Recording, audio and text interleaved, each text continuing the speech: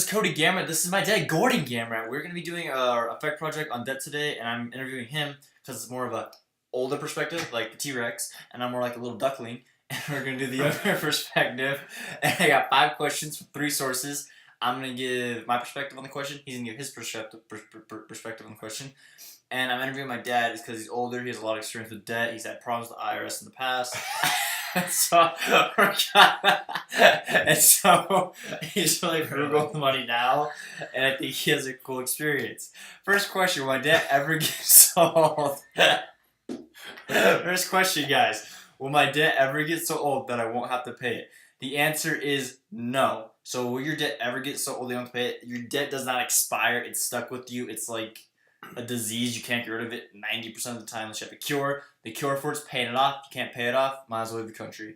What about you? In a total agreement. Your debt doesn't disappear. He knows firsthand. You're on the money with that one. Okay, cool. Okay. Next one. Will I get stuck with family members' debt after they die or vice versa? I would say, well, I know you do, but how it works, in my opinion, I think it's kind of stupid.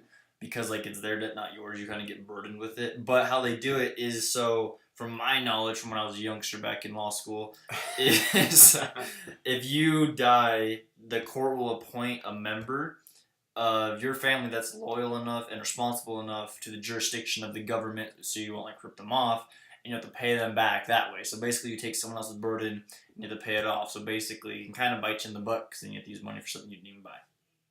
Your take. No, I mean, you generally do have to take care of family members' debt. There's insurances you can buy along the way with big purchases like automobiles or something like the Subaru, something of that nature, or a mortgage. You can buy mortgage insurance, so the mortgage still gets paid off. I mean, you don't necessarily always have to pay the debt. You could just lose. You could lose the house in case of with the mortgage being what would have to be paid off. If you don't want to pay it, you lose the house. You can lose a vehicle if you don't want to pay it. So, there's some ins and outs to that angle. All right, cool. Next one. Let's see. Can I be arrested for debt? You can be arrested if the debt's at like an exponentially, ridiculously large amount, like the Grand Canyon. So, like if you put a $100 bill and fill up the Grand Canyon from bottom to top, you can be arrested that way. No, I'm not thinking you can be arrested for normal Grand Canyon debt. Like $100 bills. Tax evasion is a different story. We're talking about debt, normal, the building of debt, and normal purchases and so on and so forth. No, I do not think you can be arrested. I just think you can if you're like exponentially in it. Like if you're like saying you'll pay someone back and you don't, and then like they want to arrest you. No, like the mob. That's the tax evasion comes into play when you mention mob. So okay, those questions were from nerdwallet.com, by the way. That's my first source. Second question, or I should say this is our 4th question, is how do I plan on getting out of debt? This is from frugalrules.com. We're only gonna do 3 because then we have 5. Yeah, so how do I plan on getting out? Frugalrules.com. My suggestion on getting out of debt would be to pay it off. Well, that's what you do. What's your thought?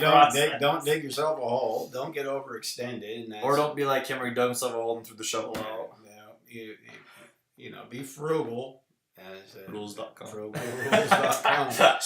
so that you don't overextend yourself and dig such a hole that you can't get out of debt and have to declare bankruptcy or something of that nature. That's bad. That's a bad deal. Yeah. Back to NerdWallet real quick. Is there a maximum amount of debt I can take on? My opinion on that is no, because I mean you could get unlimitless debt. I mean, obviously your credit line might be so big, but there's other forms of debt you could be in. Not just money, actually. You could be in debt with belongings or like some other parts of your body or anything really. I think there is a maximum amount of debt that you can take on, and that's what being smart and frugal and planning wisely and budgeting, all those things come into play. so that you don't overextend yourself. Once again, dig a hole. Build yourself good credit by paying off your debt in timely fashion, so that when a big purchase does come up, like a house or a vehicle or something, that you get a lower interest rate that makes that debt a little bit easier to handle. Alrighty.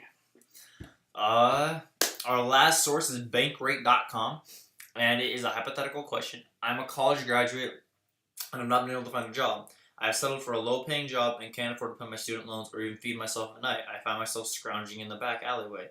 Can I file for bankruptcy? I'm gonna say no, you can't, because you're really not broke. You're just stupid with your decisions.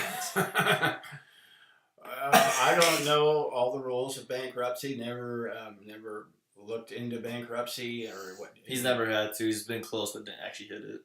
Yeah, no, I really don't know what are all the ins and out rules and all those things that have to do with bankruptcy. So I can't really give you much insight on that. All right, guys, and that is our then and now. We hope you enjoyed. Thank you, Gordon. Most welcome. We're gonna shake your guys' hands too. Shake their hands. There you are. There you go. We will see you guys back next Saturday, and have an amazing day.